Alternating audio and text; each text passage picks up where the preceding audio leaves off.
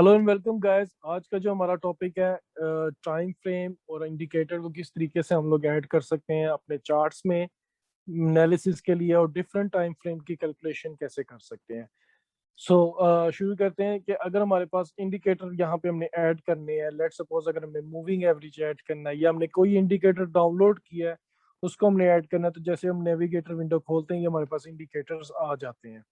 ठीक है।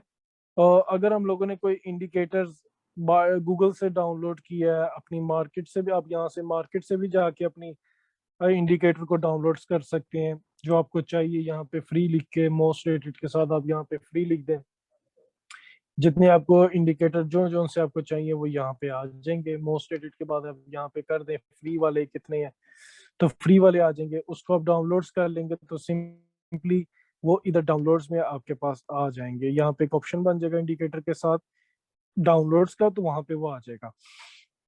अब मैं अगर अगर आपने यहाँ से कोई इंडिकेटर नहीं लेना और अगर आपने किसी और गूगल से इंडिकेटर डाउनलोड किया है और आप चाह रहे हैं कि मैं अपने इस विंडो के ऊपर पेस्ट करूं, तो आप सिंपली यहाँ पे फाइल में जाके ओपन डाटा फोल्डर करें, तो आपके पास सिस्टम के अंदर इसका टर्मिनल डिटेल मिल जाएगी। यहाँ पे आपके टेम्पलेट्स हैं, MQL4 में जाएं।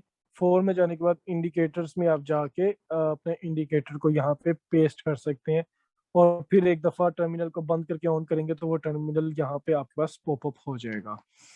ठीक है। अब इंडिकेटर को पॉपअप होने के बाद मैं अपने चार्ट पे कैसे ऐड करूं, जैसे लेट सपोज यहाँ से आप ड्रैग करके इसको डिटेल स्पेसिफिकेशन ये सारी आ जाती हैं, ओपन करें तो ये आ जाएगा, यहाँ पे लगा सकते हैं।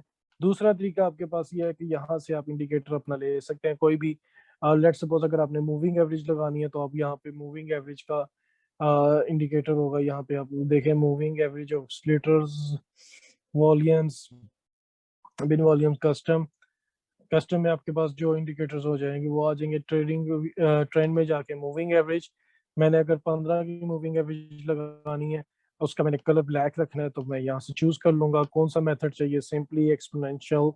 ज्यादातर सिंपली और एक्सपोनेंशियल यूज हो रहा था। अप्लाई टू क्लोज, ये आ गई, ये मेरी मूविंग एवरेज आ गई। अगर मैंने एक और इंडिकेटर लगाना है तो मैं यहीं से सिंपली मूविंग एवरेज आ गया, अगर टॉप पे ट्रेंड मूविंग एवरेज, और यहाँ पे मैं 50 की मूविंग एवरेज लगा देता हूँ, जो जिसका मैं ब्लू दे देता हूँ, सिंपली टू क्लोज। ये मेरी ब्लू आ गई मूविंग एवरेज।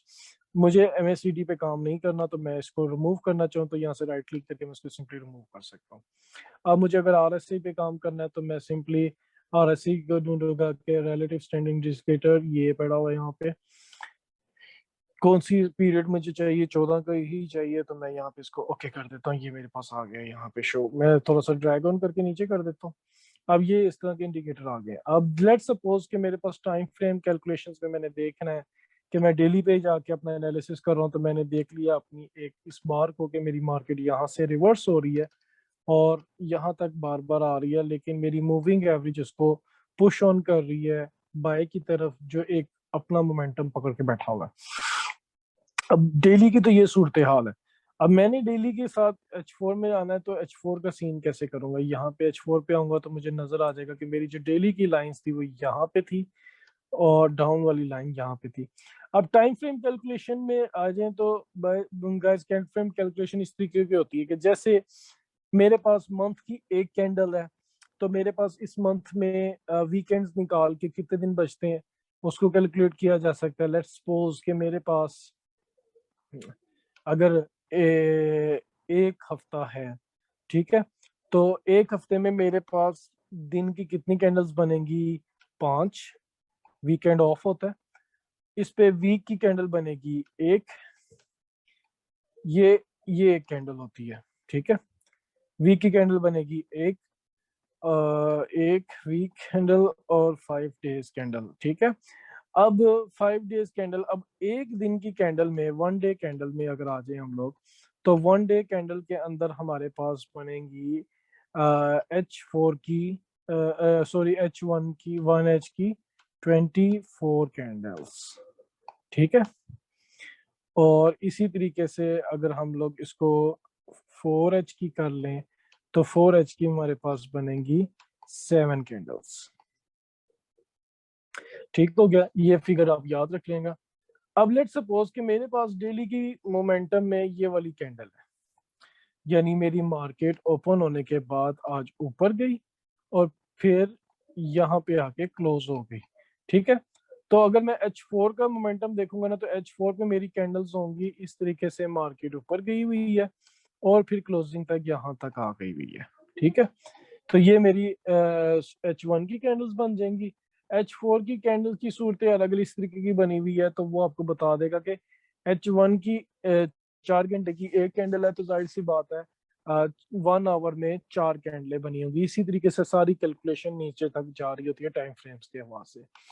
अब जैसे मैं अगर देखूं मेरी डेली के मोमेंटम में मार्केट बाय की तरफ गई है 2 दफा, तो मेरे H1 का पूरा सिलसिला 2 दिनों में ऊपर की तरफ गया भाई। ये देखें, यहाँ से यहाँ तक एक दिन और यहाँ से यहाँ तक दूसरा दिन, तो मेरा पूरे 2 दिनों में कैंडल डेली की 2 कैंडलें ऊपर गई हैं, तो मेरी 2 दिन की मार्केट पूरी ऊपर गई हुई है। और मेरी H4 की ये 14 कैंडलें ऊपर गई हुई हैं, देख रहे हैं।